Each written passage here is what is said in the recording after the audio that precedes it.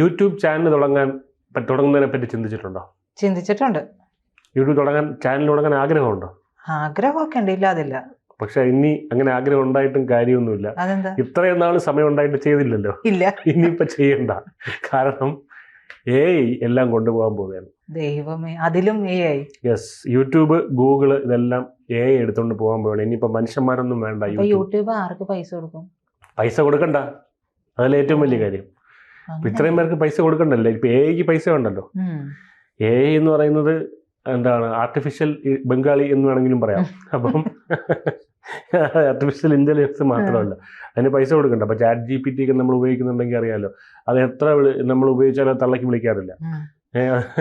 തിരിച്ച് ഗൂഗിളൊക്കെ പിന്നെയും ചില സമയത്ത് ക്രാഷ് ആവാറുണ്ട്. ChatGPT ക്രാഷ് ആവാറുണ്ട്, ഇല്ലെന്ന് പറയുന്നില്ല. പക്ഷെ നമ്മളൊക്കെ എത്ര വേണം ഉപയോഗിക്കാം.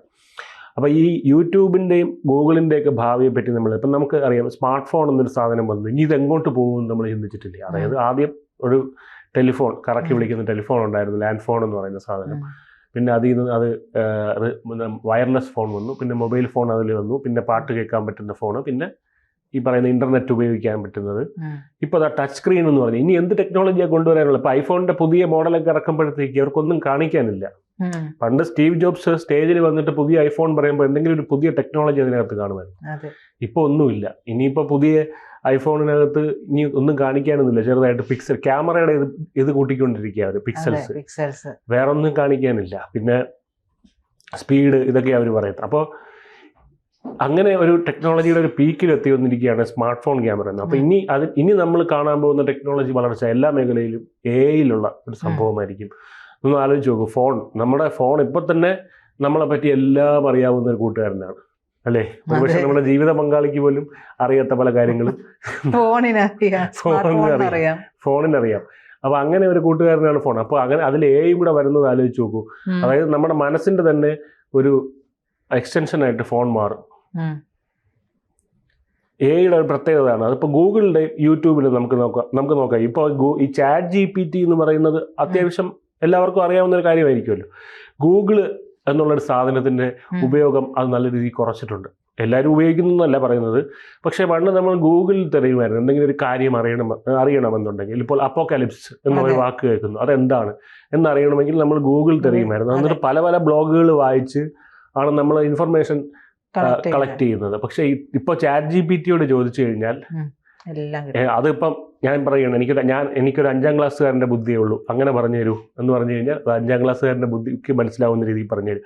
ഞാനൊരു PhD കാരനാണ്, എനിക്ക് മനസ്സിലാവുന്ന രീതിയിൽ പറഞ്ഞു തരൂ എന്ന് പറഞ്ഞു കഴിഞ്ഞാൽ അത് അങ്ങനെ പറഞ്ഞു തരും.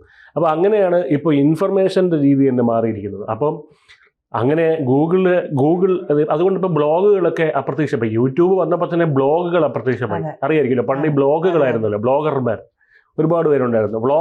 ബ്ലോഗർമാർ എഴുത്തുകാരായിരുന്നു അവർ പ്രാഥമികമായിട്ട്. പക്ഷെ അവർ അപ്രത്യക്ഷമാവാൻ തുടങ്ങിയത് യൂട്യൂബ് സജീവമായതിനു ശേഷം. പിന്നെ ബ്ലോഗർമാർ മാറിയതിനു ശേഷം. ഇപ്പോൾ ഈ യൂട്യൂബ് ഇനി അവർ പറയാൻ പോകുന്ന കാര്യം, അതായത് വീഡിയോ നിർമ്മാണം AI എടുക്കും പൂർണ്ണമായിട്ട്. കൺസെപ്റ്റ് മുതൽ ഷൂട്ടിംഗ് മുതൽ അപ്ലോഡിങ് വരെ. അതായത് ഒരു യൂട്യൂബ് ചാനൽ കംപ്ലീറ്റ്ലി ആര് നടത്തും? AI നടത്തും. അതിൽ ആ വീഡിയോയ്ക്കകത്ത് പ്രസന്റ് ചെയ്യുന്ന ആളായിക്കോട്ടെ, വീഡിയോ ഷൂട്ട് ചെയ്യുന്ന ആളായിക്കോട്ടെ. പക്ഷെ അതിന് പോരായ്മകൾ ഉണ്ടാവില്ലേ? ഇപ്പോൾ നമ്മൾ മഹാഭാരതത്തിൻ്റെയൊക്കെ സിനിമ വെർഷൻസ് ഇൻസ്റ്റാഗ്രാമിലൊക്കെ കണ്ടു കാണുമായിരിക്കുമല്ലോ. പോരായ്മകളുണ്ട്. പക്ഷെ അത് പോരായ്മകൾ മറികടക്കുന്നതിൻ്റെ വേഗത എത്രത്തോളമാണെന്നറിയാമോ? അതായത് ഒരു 2 വർഷം കൊണ്ട് തന്നെ ഒരു സിനിമ മുഴുവൻ വേണമെങ്കിൽ ഒരാൾക്ക് പറഞ്ഞ് AI കൊണ്ട് സൃഷ്ടിപ്പിക്കാൻ പറ്റും. അവിടെ അഭിനേതാക്കൾ വേണ്ട, ഒന്നും വേണ്ട. അത് നമ്മൾ ഒരു കാര്യം, ഇപ്പോൾ ഈ ജെമിനി എന്ന് പറയുന്ന ആപ്പ് വഴി പല ഫോട്ടോകൾ നിർമ്മിക്കുന്നതൊക്കെ കണ്ടുകൊണ്ടായിരിക്കും. പല രൂപത്തിൽ, നമ്മളുടെ തന്നെ പല രൂപത്തിൽ സ്വിറ്റ്സർലാൻഡ് നിൽക്കുന്നു, അവിടെ നിൽക്കുന്നു, അങ്ങനെ പല. അത് നമ്മൾ കമാൻഡ് കൊടുത്തിട്ട് ചെയ്യിപ്പിക്കുന്നതാണ്. നമ്മൾ നമ്മളെ പറ്റി ഒരു ടെക്സ്റ്റ് ടൈപ്പ് ചെയ്ത് കൊടുക്കുന്നു, ആ ടെക്സ്റ്റിന് ഫോട്ടോ ആക്കുന്നു. അത് വീഡിയോ ആക്കാനും സാധിക്കുന്ന ഇതുണ്ട്, സോഫ്റ്റ്വെയറുകളുണ്ട്, AIയുടെ തന്നെ ഇപ്പം തന്നെ നിലവിലുണ്ട്. അങ്ങനെ കംപ്ലീറ്റ്ലി ഓട്ടോമേറ്റഡ് ആയിട്ടുള്ള ചാനലുകൾ വരാൻ തുടങ്ങി യൂട്യൂബിൽ. അതായത് AI തന്നെ, ആ കൺസെപ്റ്റ് AIയുടേതാണ്. AI തന്നെ നിർമ്മിക്കുന്നു, AI തന്നെ അപ്ലോഡ് ചെയ്യുന്നു, AI തന്നെ പൈസ വരുന്നു. ഇങ്ങനത്തെ ഒരു പരിപാടി ഇപ്പോൾ അങ്ങനെ പലരും ചെയ്യുന്നുണ്ട്.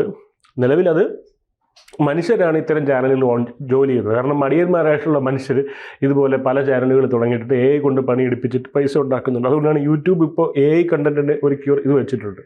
AI കണ്ടന്റ് ആണെങ്കിൽ യൂട്യൂബ് പൈസ തരില്ല. പക്ഷെ അത് മാറും. അതിപ്പോൾ താൽക്കാലികമായിട്ട് ഈ മടിയന്മാരായിട്ടുള്ള മനുഷ്യന്മാരെ തുരത്താൻ വേണ്ടിയാണ്. അങ്ങനെ ഇപ്പം നീ ഒന്നും പൈസ ഉണ്ടാക്കണ്ട, പണിയെടുത്തുണ്ടാക്കിയാൽ മതി എന്നുള്ളത് കൊണ്ടാണ് യൂട്യൂബ് അങ്ങനെ എടുത്ത് വെച്ചത്. പക്ഷെ ഭാവിയിൽ ഇപ്പോൾ ഇതെങ്ങനെയാണ് വരാൻ പോകുന്നതെന്ന് പറയാം. അതായത് നമുക്ക് ആദ്യം ഈ ഫ്യൂച്ചറിൽ നിർമ്മാണം AI ഏറ്റെടുക്കുമെന്ന് പറയുമല്ലോ. അതിനോടൊപ്പം തന്നെ കാഴ്ചാനുഭവം 3Dയിലേക്ക് മാറുമെന്ന് പറയുന്നുണ്ട്. 3D അതായത് അതെങ്ങനെയാണെന്ന് പറയാം. അതായത് ഇപ്പം നമുക്കൊരു വാർത്ത കാണണം. നമ്മൾ എന്ത് ചെയ്യും? നമ്മൾ എന്താണ് ഇപ്പോൾ POKയിൽ നടക്കും, പാക് ഒക്കുപ്പൈഡ് കാശ്മീരിൽ എന്താണ് നടക്കുന്നത്, അല്ലെങ്കിൽ എന്താണ് അമേരിക്കയിൽ ഇപ്പോൾ നടക്കുന്നത്, അല്ലെങ്കിൽ എന്താണ് ശ്രീലങ്കയിൽ നടക്കുന്നത്, എന്താണ് നേപ്പാളിലുണ്ടായ കലാപം, ഇങ്ങനെ അറിയണമെങ്കിൽ നമ്മൾ നേപ്പാൾ കലാപം എന്ന് പറഞ്ഞ് ഗൂഗിളിൽ അടിക്കും, യൂട്യൂബിൽ ഇത് കാണും. കുറച്ച് നാൾ മുന്നേ എങ്ങനെയായിരുന്നു? വാർത്ത വരുമ്പോൾ ഇരുന്ന് കാണണമായിരുന്നു. ആ വാർത്തയുടെ സമയത്തിന് നമ്മൾ പോയിരുന്ന് കാണണം. ഇപ്പോൾ അങ്ങനെയല്ല. ഇപ്പോൾ ഒരു വാർത്ത കാണണം, അങ്ങനെ നമ്മൾ ആ ഒരു വാർത്ത അടിക്കുന്നു. ഇപ്പം നേപ്പാൾ എന്താണ് സംഭവിക്കുന്നത്, ജെൻസി കലാപം, നമ്മൾ അടിക്കുമ്പോൾ യൂട്യൂബിൽ അവൈലബിൾ ആയിട്ടുള്ള വീഡിയോസാണ് വരുന്നത് അല്ലേ? ആരെങ്കിലും ചെയ്തിട്ടിരിക്കുന്ന വീഡിയോസ്. അങ്ങനെ ഒന്നും ഇല്ല എന്നുണ്ടെങ്കിൽ ഒന്നും റിസൾട്ടിൽ വരില്ല. പക്ഷേ ഇവിടെ എന്താണ് സംഭവിക്കുന്നത്? ഈ AI കാലത്ത് അടുത്ത 20 കൊല്ലത്തിൽ സംഭവിക്കുന്ന വിപ്ലവം എന്ന് പറഞ്ഞാൽ യൂട്യൂബ് അപ്പം തന്നെ ഒരു വീഡിയോ ഉണ്ടാക്കും. നമ്മൾ ചോദിക്കുന്ന നിമിഷം യൂട്യൂബ് ഒരു വീഡിയോ ഉണ്ടാക്കും, തരും. അത് അപ്പോൾ ഉണ്ടാക്കി, യൂട്യൂബ് തന്നെ അപ്പോൾ ഉണ്ടാക്കി. അതായത് ഈ അപ്പം ചുടുന്ന പോലെ യൂട്യൂബ് അപ്പം തന്നെ ഉണ്ടാക്കി, അപ്പോൾ തന്നെ അത് ഷൂട്ട് ചെയ്ത് അപ്പം തന്നെ അത് അപ്ലോഡൊന്നും അല്ല. യൂട്യൂബ് അപ്പോൾ അതായത് നമ്മൾ ഗൂഗിളിനോട് ചോദിക്കുമ്പോൾ റിസൾട്ട് വരുന്നില്ലേ, അതുപോലെ ഇത് പക്ഷേ ഗൂഗിളിനോട് ചോദിക്കുമ്പോൾ വരുന്ന റിസൾട്ടുകളെല്ലാം തന്നെ നേരത്തെ സെർച്ച് എഞ്ചിൻ നേരത്തെ അതിനകത്തുള്ളതാണ്, സ്റ്റോർഡ് ആയിട്ടുള്ള. ഇത് സ്റ്റോർഡ് ഡാറ്റ അല്ല, അപ്പം തന്നെ ക്രിയേറ്റ് ചെയ്ത് നമ്മുടെ മുമ്പിൽ ആ വീഡിയോ ആയിട്ട് പ്രസൻറ്റ് ചെയ്യും. ഇപ്പോൾ എൻ്റെ അടുത്ത് ചോദിക്കുകയാണ്, ഞാൻ ചോദിക്കുകയാണ് എനിക്ക് ഒരു പുതിയ ഫോൺ വാങ്ങിക്കണം. അപ്പോൾ നമ്മളെന്ത് ഇപ്പോഴത്തെ കാലത്ത് നമ്മൾ എന്ത് ചെയ്യും? ഈ സ്മാർട്ട് ഫോണിനെ പറ്റിയൊക്കെ സംസാരിക്കുന്ന ആളുകളുണ്ട്. മികച്ച സ്മാർട്ട് ഫോൺ ഏതാണെന്നൊക്കെ പറഞ്ഞാൽ അങ്ങനെയുള്ള റിവ്യൂ ഒക്കെ കണ്ടിട്ട് അല്ലേ? അപ്പം ഞാൻ ചോദിക്കും, അങ്ങനെ എനിക്കൊരു 15,000 രൂപയുടെ ബഡ്ജറ്റ് ഉണ്ട്, എനിക്കൊരു പുതിയ ഫോൺ വാങ്ങിക്കണം, ഒരു നല്ല ഫോണായിരിക്കണം, ഇന്ന കണ്ടീഷൻ, ക്യാമറ നല്ലതായിരിക്കണം. അപ്പോൾ തന്നെ യൂട്യൂബ് റിവ്യൂ ഉണ്ട്. യൂട്യൂബ് തന്നെ ഒരു റിവ്യൂറായിട്ട് വന്ന് സംസാരിക്കും. നമുക്ക് വേണ്ട ഭാഷ മലയാളമാണെങ്കിൽ മലയാളത്തിൽ അത് വന്ന് സംസാരിക്കും. ഇത് അപ്പോൾ അങ്ങനെ വരുമ്പോൾ കണ്ടന്റ് ക്രിയേറ്റേഴ്സിൻ്റെ വയറ്റത്തടിക്കുന്ന പരിപാടിയാണത്. അത് തീർച്ചയായിട്ടും. പിന്നെ ഇത് 3D അനുഭവമാണെന്ന് പറഞ്ഞല്ലോ. 3D അനുഭവമാണെന്ന് പറയാൻ കാരണം ഈ VR എന്നുള്ള ഗ്ലാസിനെ പറ്റി കേട്ടിട്ടുണ്ടായിരിക്കും, വിർച്വൽ റിയാലിറ്റി എന്ന് പറയുന്നത്. അതായത് നമ്മളിങ്ങനെ ധരിക്കുന്ന ഒരു കണ്ണാടിയാണത്. ചെവിയും കണ്ണും മറഞ്ഞിരിക്കുന്ന ഒരു സാധനമാണ് ഇങ്ങനെ. അപ്പോൾ അതിനകത്തൂടെ നമ്മൾ യൂട്യൂബ് കാണുന്ന ഒരു സാഹചര്യമാണ്. അതിനകത്തേക്ക് നമ്മുടെ ഫോണിനെ വെച്ചിട്ട് നമുക്ക് കാണാൻ പറ്റും. അപ്പോൾ അങ്ങനെ വരുമ്പോൾ നമുക്ക് ആ ആ വീഡിയോ 3D ആയിരിക്കും. നമ്മൾ അതിനകത്ത് ആ വീഡിയോയ്ക്കകത്ത് നമ്മളുള്ളതുപോലെ ആയിരിക്കും. അപ്പോൾ അങ്ങനെയായിരിക്കും യൂട്യൂബ് കാണുന്നത്. അതായത് നമ്മളെ തല പിടിച്ച് സ്ക്രീനിനകത്തോട്ട് വലിച്ചിടുന്ന പരിപാടിയാണ്. നമ്മളിപ്പോൾ ഇങ്ങനെയല്ലേ നോക്കിക്കൊണ്ടിരിക്കുന്നത്. അപ്പോൾ പലരും അമ്മമാരൊക്കെ പറയും, ആ ഫോണിനകത്തോട്ട് വീണ് പോകും എന്ന് പറയും. ശരിക്കും ഫോണിനകത്തോട്ട് വീണ് പോകാൻ പോകുന്ന ഒരു കാലമാണ് ഇനി വരുന്നത്. അതുകൊണ്ട് ഫോൺ അഡിക്ഷൻ എന്ന് പറയുന്നത് നമ്മുടെ ഈ കുന്തറാണ്ടം നമ്മുടെ തലയ്ക്കകത്തോട്ട് കുത്തി ഇറക്കുക എന്നുള്ളൊരു ഉദ്ദേശത്തോടെയാണ് ഇവർ വരുന്നത്. ഇപ്പം ഇതൊന്നും പോരാ, ഇത് തലയ്ക്കകത്തെത്തണം എന്നുള്ള ഉദ്ദേശത്തിൽ ചെയ്യുന്ന ഒരു പരിപാടിയാണിത്. അപ്പോൾ ഈ AI മോഡൽ ഇപ്പോൾ AI വാർത്തകളൊക്കെ കണ്ടിട്ടില്ലേ ഇൻസ്റ്റാഗ്രാമിൽ, ചില കോമഡി വാർത്തകളൊക്കെ, അത് AI മോഡൽസാണ് അത് ചെയ്യുന്നത്. അതുപോലെ തന്നെയാണ് ഈ പറയുന്ന വീഡിയോകൾ, ആ ടെക്നോളജിയാണ് ഈ വീഡിയോ ഉപയോഗിക്കുന്നത്. അപ്പോൾ തന്നെ അതിൽ നമ്മൾ മലയാളി ചില AI വീഡിയോകളൊക്കെ ഈ പ്രായമായവർക്കൊന്നും മനസ്സിലാവാറില്ല. അവർ ശരിക്കും ഇത് അങ്ങനെയാണെന്ന്. അങ്ങനെയല്ല, അവർക്ക് കൃത്യം മലയാളിക്ക് കാണിക്കുന്ന കറക്റ്റ് മലയാളിയായിട്ട് നമുക്ക് തോന്നും അല്ലേ, വൃദ്ധരായിട്ടുള്ള ആൾക്കാർ അവരെയൊക്കെ. പിന്നെ ഡീപ്പ് മൈൻഡിൻ്റെ ഒരു വലിയ സഹായം ഡീപ്പ് മൈൻഡ് എന്നൊരു ടെക്നോളജി ഉണ്ട്. ഗൂഗിളിൻ്റെ ഗവേഷണ വിഭാഗമാണ് ഡീപ്പ് മൈൻഡ് എന്ന് പറയുന്നത്. അപ്പോൾ ഇത് ഉപയോഗിച്ചിട്ടാണ് ഈ വീഡിയോ ഓഡിയോ ഗുണമേന്മ കൂട്ടാനായിട്ട് ഇവർ ശ്രമിക്കുന്നത്. ഇപ്പോൾ ചോദിക്കുന്നില്ല, നമുക്ക് ചില വീഡിയോ കാണുമ്പോൾ AI ആണെന്ന് മനസ്സിലാവുന്നുണ്ട്. അത് മനസ്സിലാക്കാത്ത ഒരു സാഹചര്യം ഇനി ഉണ്ടാകും, അത് മനസ്സിലാക്കാൻ പറ്റാത്ത സാഹചര്യം. അപ്പോൾ അത് അധികം ദൂരെയല്ല. അപ്പോൾ അടുത്ത 20 വർഷത്തെ പ്രധാന മാറ്റങ്ങൾ എന്ന് പറയുന്നത് ഈ പറഞ്ഞ കാര്യങ്ങളാണ്. പിന്നെ അൽഗോറിതം എന്നുള്ള കേട്ടിട്ടുണ്ടായിരിക്കുമല്ലോ. യൂട്യൂബിലെ അൽഗോറിതം ഇപ്പോൾ തന്നെ മിടുക്കനാണ്. അതായത് എപ്പോഴാണെങ്കിലും നിങ്ങൾ ഒരു ഫോൺ എടുത്ത് വെച്ചിട്ട് നിങ്ങൾ ഫോൺ ഓൺ ആക്കുമ്പോൾ, യൂട്യൂബ് എടുക്കുമ്പോൾ ഫസ്റ്റ് കാണുന്ന വീഡിയോ ക്ലിക്ക് ചെയ്യാൻ തോന്നുന്ന വീഡിയോ ആയിരിക്കും അല്ലേ? ഫസ്റ്റ് അവിടെ കിടക്കുന്നത്. അതെങ്ങനെ യൂട്യൂബിന് അതറിയാം? നിങ്ങൾ ഇത്രയും നേരം യൂസ് ചെയ്ത് വെച്ചിട്ടാണ് അത് പഠിക്കുന്നത്. പക്ഷെ അതിപ്പോൾ അത് ചെയ്യുന്നത് ചില ടെക്നിക്കുകൾ ഉപയോഗിച്ചിട്ടാണ്. അതായത് നിങ്ങൾ ഒരു വീഡിയോ എത്ര നേരം കാണുന്നു എന്ത് വീഡിയോകളാണ് കൂടുതൽ കാണുന്നത്, എന്ത് തരം വീഡിയോകളാണ് നിങ്ങൾ കൂടുതൽ കാണുന്നത്, ചുമ്മാ സ്ക്രോൾ ചെയ്യുമ്പോൾ പോലും ഇടയ്ക്ക് സ്ക്രോളിങ് നിർത്തുന്നുണ്ടോ, ഇതെല്ലാം അത് നിരീക്ഷിച്ചിട്ടാണ് നിങ്ങൾക്ക് ഇങ്ങനെയുള്ള ഡാറ്റ തരുന്നത്. അപ്പോൾ എയിലോട്ട് വന്നു കഴിയുമ്പോൾ ഒരു പ്രത്യേകത എന്ന് പറഞ്ഞാൽ സംസാരിച്ചാൽ വീഡിയോ ഉണ്ടാകുമെന്ന് ഞാൻ പറഞ്ഞല്ലോ. നമ്മൾ ടെക്സ്റ്റോ ഒരു വാർത്ത കാണണമെന്ന് സംസാരിക്കും. എനിക്കിപ്പോൾ സ്വിറ്റ്സർലാൻഡിൽ ഉള്ള ഇപ്പോഴത്തെ ഒരു സ്വിറ്റ്സർലാൻഡിനെ പറ്റിയുള്ള കാര്യങ്ങൾ അറിയണം എന്ന് പറയുമ്പോൾ എനിക്ക് ഇങ്ങനെ നമ്മൾ പറയുകയാണ് അതിനോട്, ഒരു കൂട്ടുകാരനോട് പറയുന്ന പോലെ ആംഗ്യം കാണിക്കുകയാണ്.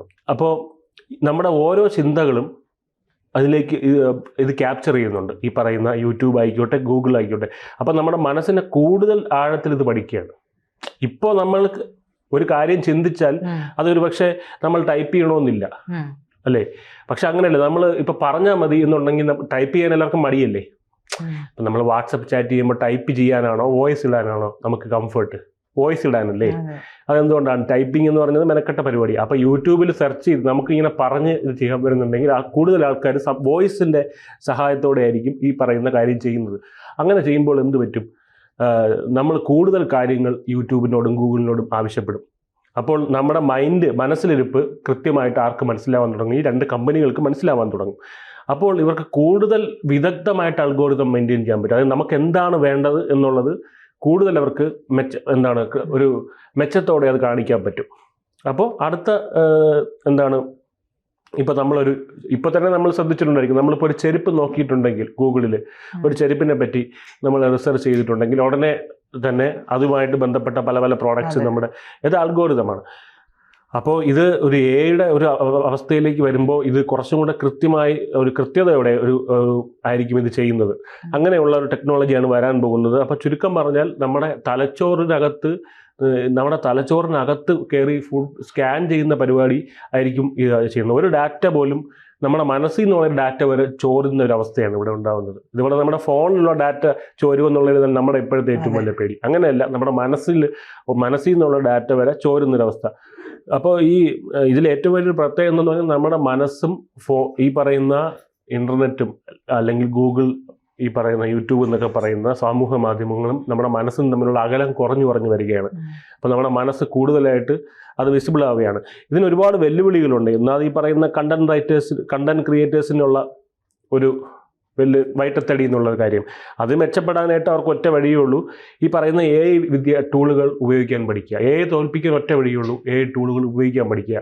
കാരണം അപ്പോൾ മറ്റ് കണ്ടന്റ് ഇതുപോലെ അവരെന്താ AI ടൂളുകൾ അപ്ഡേറ്റ് ചെയ്യാത്തവർ കണ്ടന്റ് ക്രിയേറ്റേഴ്സ് അവർ ബാക്കിലോട്ടായി പോകും, അവർ പിന്നിലോട്ടായി പോകും. അപ്പോൾ നമുക്ക് ചെയ്യാൻ പറ്റുന്ന AI ടൂളുകൾ ഉപയോഗിക്കാൻ പഠിക്കുക, കൂടുതൽ എളുപ്പത്തിൽ വീഡിയോ നിർമ്മിക്കാൻ പഠിക്കുക, അങ്ങനെയുള്ള കാര്യങ്ങൾ നമ്മൾ പഠിക്കുക. പിന്നെ പുതിയ ഫോർമാറ്റുകൾ പരീക്ഷിക്കുക. നമ്മൾ ഈ പറയുന്ന വീഡിയോ അപ്ലോഡ് ചെയ്യുന്നവർ ഇപ്പോൾ തന്നെ യൂട്യൂബിൽ അങ്ങനെ AR VR എന്നൊക്കെ പറഞ്ഞാൽ വിർച്വൽ റിയാലിറ്റി വീഡിയോകളൊക്കെ ചെയ്യാൻ പറ്റുന്ന സാഹചര്യം ഇപ്പോൾ തന്നെ ഉണ്ട്. അങ്ങനത്തെ വീഡിയോകളുണ്ട് ഇപ്പോൾ യൂട്യൂബിൽ. അപ്പോൾ അത്തരത്തിൽ കണ്ടന്റുകളൊക്കെ ഇപ്പോഴേ പരീക്ഷിച്ച് തുടങ്ങുക, ഇതിനോടൊപ്പം ചാടുക എന്നുള്ളതാണ്. പിന്നെ ഈ മെഷീൻ ലേണിംഗ് എന്നൊക്കെ പറഞ്ഞ പല പല കാര്യങ്ങൾ, അതിൻ്റെ സാങ്കേതിക ജ്ഞാനം നേടുക, ഇങ്ങനെയൊക്കെയുള്ള കാര്യങ്ങളാണ്. എന്തായാലും പിന്നെ ഇതിന് വേറൊരു ഭീഷണി ഏറ്റവും പറ്റി പറയുന്നത് ഡീപ്പ് ഫേക്ക് എന്ന് ടെക്നോളജി ഉണ്ട്. അതെന്ന് പറയുന്നത് AI ഉപയോഗിച്ച് വ്യാജ വീഡിയോകളൊക്കെ നിർമ്മിക്കാൻ പറ്റുന്നത്. ഇത് വർഷങ്ങൾക്ക് മുമ്പ് വന്നിട്ടുണ്ട്, ഒരു 10 വർഷമെങ്കിലും ആയി കാണും. ഒബാമയുടെ ഒരു വീഡിയോ വന്നിട്ടുണ്ട്. പക്ഷെ അത് പിന്നീടാണ് അറിയുന്നത് ഡീപ്പ് ഫേക്ക് ആണെന്നുള്ളത്. അപ്പോൾ ഇതിൻ്റെ ഒരു പ്രത്യേകത എന്ന് പറയുന്നത് പലരുടെയും ഒക്കെ നഗ്ന വീഡിയോകളും അത്തരത്തിലുള്ള വീഡിയോകളൊക്കെ വരാനുള്ള സാധ്യതയുണ്ട്. പക്ഷെ അതിനൊരു പോസിറ്റീവ് സൈഡ് എന്തെന്ന് പറഞ്ഞു കഴിഞ്ഞാൽ അപ്പോൾ ശരിക്കുള്ള നഗ്ന വീഡിയോയ്ക്ക് ഡിമാൻഡ് കുറയും. കാരണം അത് ഇതിനൊന്നും തന്നെ യാതൊരു കാര്യവുമില്ല, ഒരു പ്രസക്തിയും ഇല്ല എന്നുള്ളൊരവസ്ഥ വരും. കാരണം എല്ലാം നമുക്ക് ആരെ വേണോ എന്ത് അവസ്ഥയിൽ വേണോ കാണാമെന്ന് ചിന്തിക്കുമ്പോൾ ഈ പറയുന്ന ഇതിനൊരു കൗതുകമില്ലായ്മ ഉണ്ടാവും. അപ്പോൾ അങ്ങനെയും അതിനൊരു സൈഡുണ്ട്. എന്തായാലും AI ലോകം എന്ന് പറയുന്നത് പല തൊഴിലുകൾ ഇല്ലാതാവുന്ന, പലർക്കും തൊഴിൽ നഷ്ടപ്പെടുന്ന കാലമായിരിക്കും, പലർക്കും തൊഴിൽ എളുപ്പമാവുന്ന ഒരു കാലം കൂടിയായിരിക്കും. അതിനോടൊപ്പം തന്നെ നമ്മുടെ മനസ്സ് എന്ന് പറയുന്ന ഒരു കാര്യം നമുക്ക് കൈവിട്ടു പോകുന്ന ഒരു കാലം കൂടിയായിരിക്കും. കൂടുതൽ വാർത്തകളും വിശേഷങ്ങളും നിങ്ങളിലേക്ക് എത്താൻ ABC മലയാളം സബ്സ്ക്രൈബ് ചെയ്യുക, ബെൽ ബട്ടണും അമർത്തുക.